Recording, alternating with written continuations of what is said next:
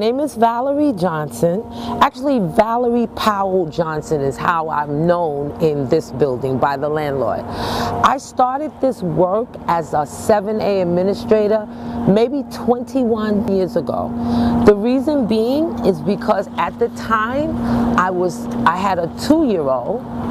This is my daughter, and this is my daughter now at 26. I wanted to make sure that the building was safe for a little baby to live in. At the time, I didn't see that the building was safe enough, so I started fighting in every possible way to make sure that the building was safe. Now, what I did was, I brought in different agencies to help us to secure the building. These double doors, when I first got started, was not here. We had nothing here. It was an open space. The landlord had abandoned the building. So we had to sit in the lobby to protect ourselves, because what he wanted us to do was to move out, and we refused to move out.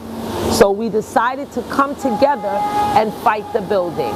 27 years ago, there was no gate here to protect us from perpetrators. I forced the landlord to build a gate so that we could be more protected from the outside forces. Now, if you look inside, you will see 2 water tanks. This is a major violation. These 2 water tanks are called temporary boilers. The landlord has decided that this is what he wants to keep here for good, because it cost him no money to have these temporary boilers. But I have achieved a fine for $2,660 against the landlord at this time because of those temporary boilers. All of this architecture was done by the hard work of the tenants in the building. Everything you see, the lights, the chandelier, the floor, none of this was here before. Now, let me talk a little bit about the elevator. The elevator was breaking down for over 20 years. Now, I live on the 6th floor, so imagine how I would get up and down to my home without an elevator. So I put in pressure on the landlord to make him put a new elevator by telling him that there was too much noise on the elevator. So it was just a strategy to get him, to get the HPD to come out, and because of the noise, it forced the landlord to put in a brand new elevator. So now we have an elevator for our seniors, for our disabled people. The elevator costs over $160,000, which we had to pay for under the law called a major capital improvement. But what I forced the landlord to do with the HCR, that used to be the Division of Community and Renewal, I forced the landlord to spread that $160,000 over a 2-year period. So we did not have to pay exactly at the time that he wanted us to pay. But now we have a working elevator and rarely ever breaks down now. So this is one of the things that I had happen for this building. This is a very dangerous building at one time, like really, really dangerous. But I had to fight, Claudia, because I wanted my daughter to be safe. Not so much me, but her, you know. So yeah, it's a big difference, very big difference, because some of the apartments are not occupied. This is my floor. This is where I live. This is the top floor to the roof. The roof is the next level up. Now, let me explain something about this roof. At one time, you can't go there, because don't go there, because there's a burglar alarm. Okay.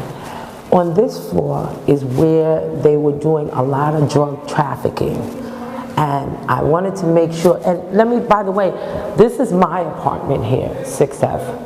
So you could imagine my horror when the drug dealers and their clients would get off the elevator and walk right past my door and go to the roof and sell drugs and use drugs. So What I did was I got the landlord to put a burglar alarm on the roof. Now, if you step on that first step, a horrendous burglar alarm will go off, and it's very hard to cut off.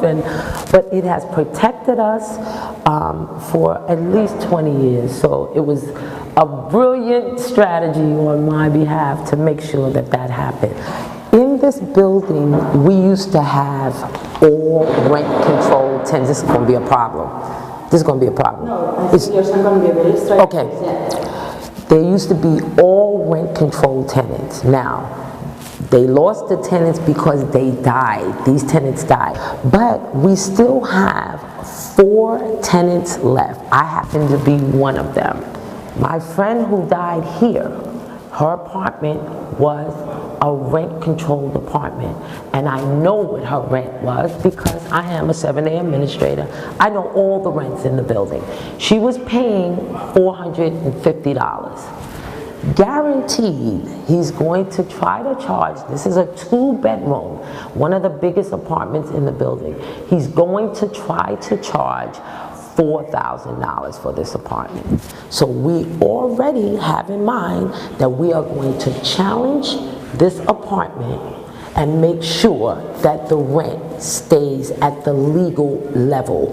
The reason why that's important as well is because the more market rate tenants that come into your building, the less protection the building has, because these tenants have no protection. So they are less likely to fight with you because they are afraid that they are going to lose their apartment. I pay $355. Now, on the second floor, there is an apartment that is paying $4,000. When you come into a building, you need to research the building before you come in, because you want to find out what some of the rents are, and you can do that through the HCR. Even not being a tenant, you can ask questions about a building before you come in. Because if you see that you have people paying $350 and another apartment at $4,000, you know that that landlord is trying to do crooked work in the building. You know, you're not going to be lucky enough to have me in every building. You know, you're not going to be lucky enough to have that, because most tenants are afraid. But the key here is to fight for yourself. Don't worry about a tenant leader. Don't worry about anybody. You have to learn to fight for yourself, because the laws will protect you. And that's what you have to know. The laws will protect you. He cannot evict you without due process.